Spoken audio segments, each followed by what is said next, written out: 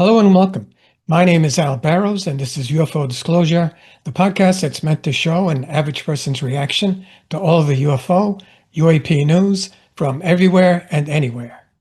So, not all alien encounters involve paralysis and an unwanted and forced examination. In some very rare cases, there is dialogue and an actual exchange of information. I saw this on Alien Cases. Okay, so this encounter wasn't just a fleeting flyover or an incomprehensible flash of light like we're used to on social media, but a direct contact, a 2-hour conversation that could redefine our place in the universe. This is not the story of a violent abduction or a mass sighting. This is the story of Gary Wilcox, a 27-year-old farmer whose impeccable reputation and modest life became the unlikely epicenter of one of the most detailed and bizarre encounters of the third kind in the history of ufology. What was said that morning between a man of the earth and beings from another world carries implications that echo to this day. New York Valley, New York, a place of peace, a sanctuary of tranquility nestled in Tioga County. In 2021, its population was just over 3,000. In 1964, however, it was an even greater bastion of silence and tradition. It was here on a vast 300-acre farm that Gary Wilcox lived. At 27, he was the personification of rural integrity, married, a father of young children, religious, a man who neither drank nor smoked. His community knew him as someone calm and discreet, whose word was his bond. His life was a symphony of routines, waking before the sun, tending to the animals, milking the cows, and then climbing onto his tractor to nurture the land that sustained him. It was a solitary, arduous, but honest job. On the morning of April the 24th, 1964, the symphony began just like any other day. The air was cool, the sky was clear. After finishing the animals, Gary started his tractor and headed to one of the farm slopes to spread manure. It was a dirty but vital job. It was about 10 a.m. when, amidst the roar of the engine and the smell of the earth, something shattered the harmony of that day.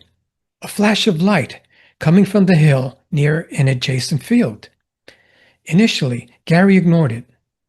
It could have been anything, but the light persisted, flashing intermittently, like a metallic distress signal reflecting the morning sun.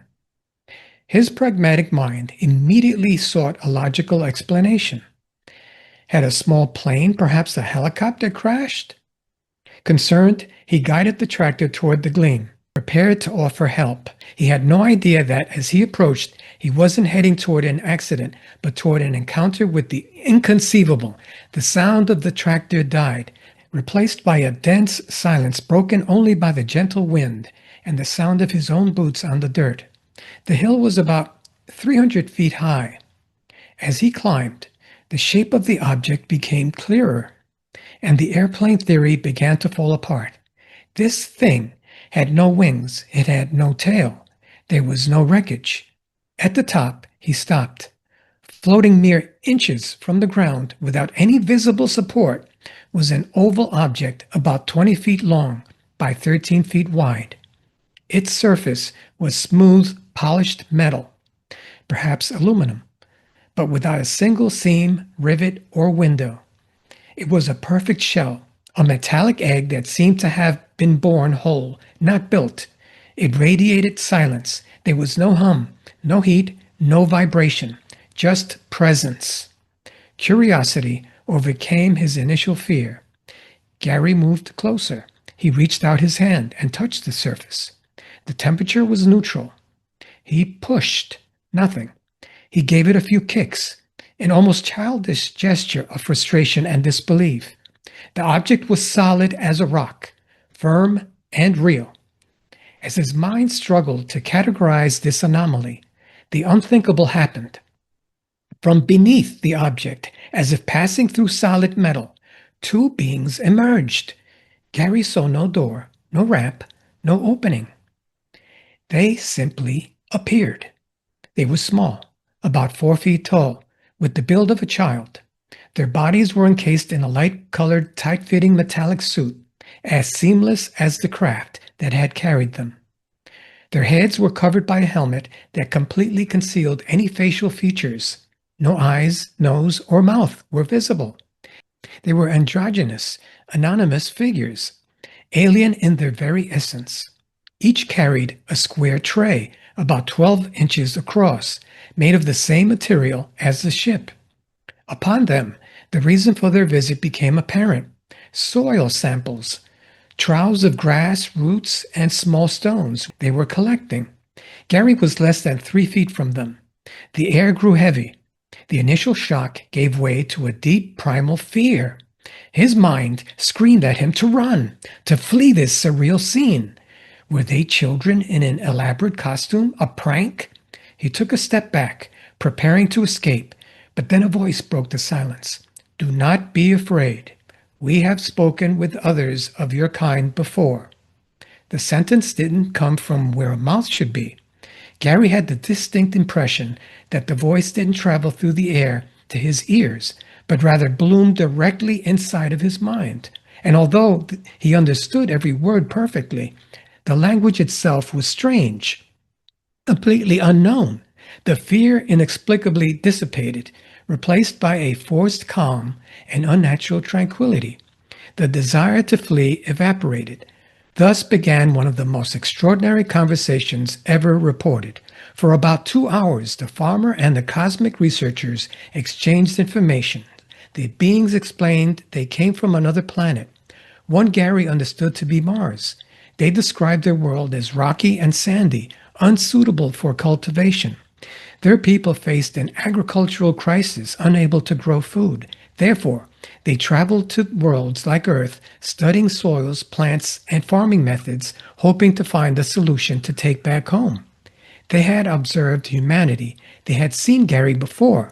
They explained that they preferred to land in remote, rural areas because urban centers, with their electrical and radio cacophony, interfered with their craft's performance.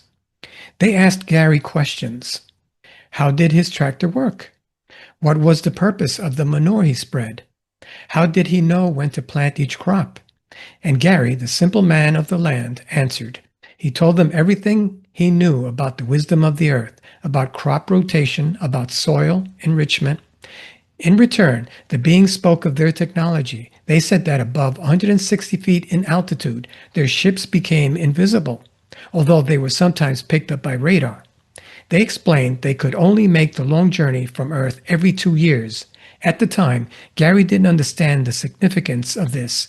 Today we know that the orbital alignment between Earth and Mars, which optimizes the journey, occurs every 2 years and 2 months.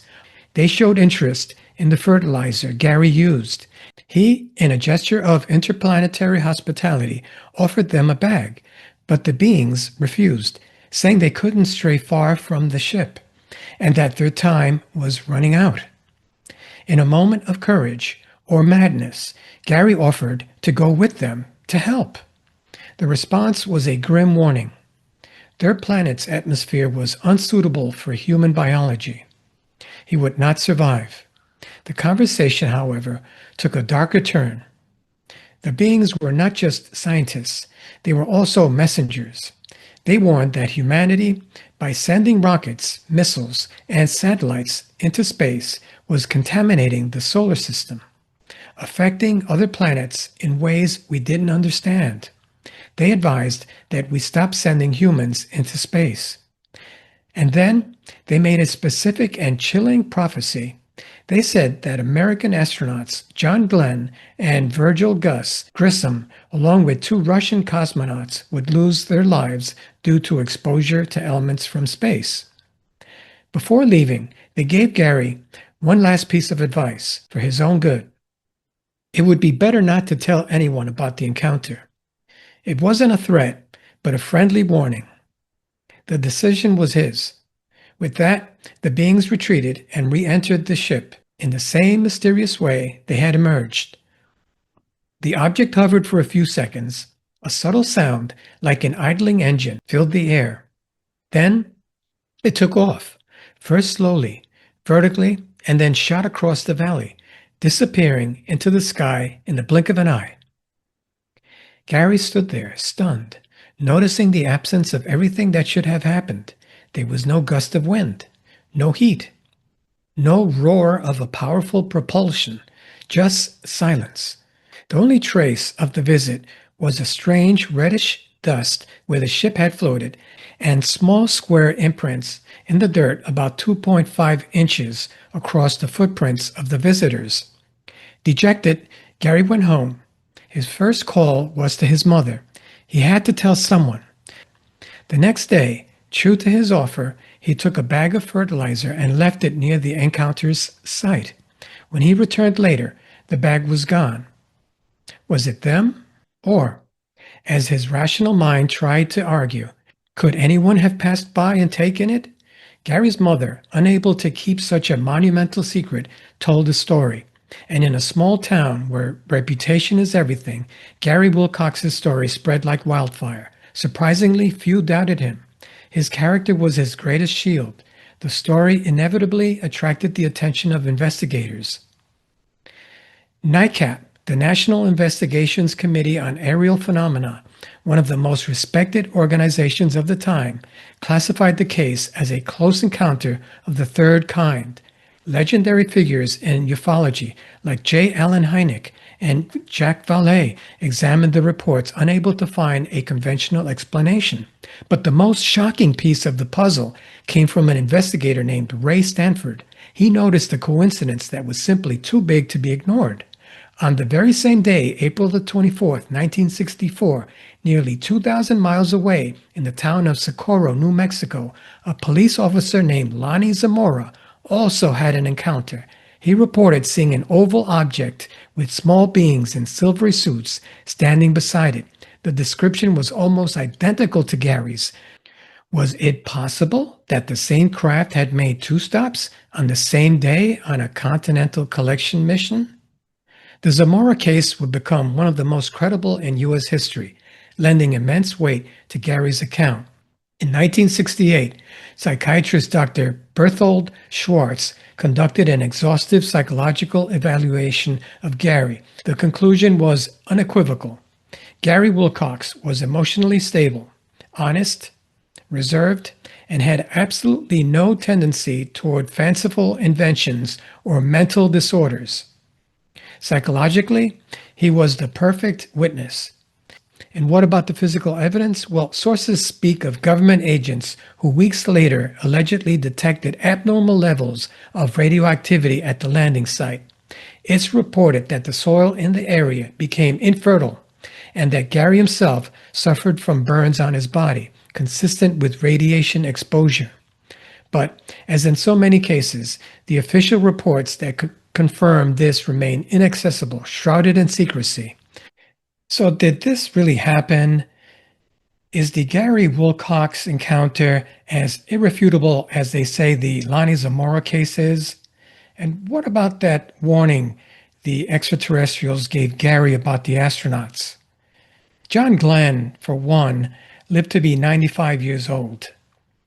Virgil Gus Grissom, however, died 3 years later in 1967 during a fire of a ground test of Apollo 1. And one of the likely cosmonauts, Vladimir Komarov, also died 3 years later in a re-entry of the Soyuz 1 capsule. So it seems that 2 out of the 4 astronauts' deaths seem to have somewhat aligned with the extraterrestrials' prophecy. I'm not sure if that proves anything one way or the other, but I do think that it's significant that the Gary Wilcox incident has a lot of similarities with the Lonnie Zamora case and occurred about the same time. My name is Al Barrows. This has been UFO Disclosure. Please remember to like, share, and subscribe. Thanks.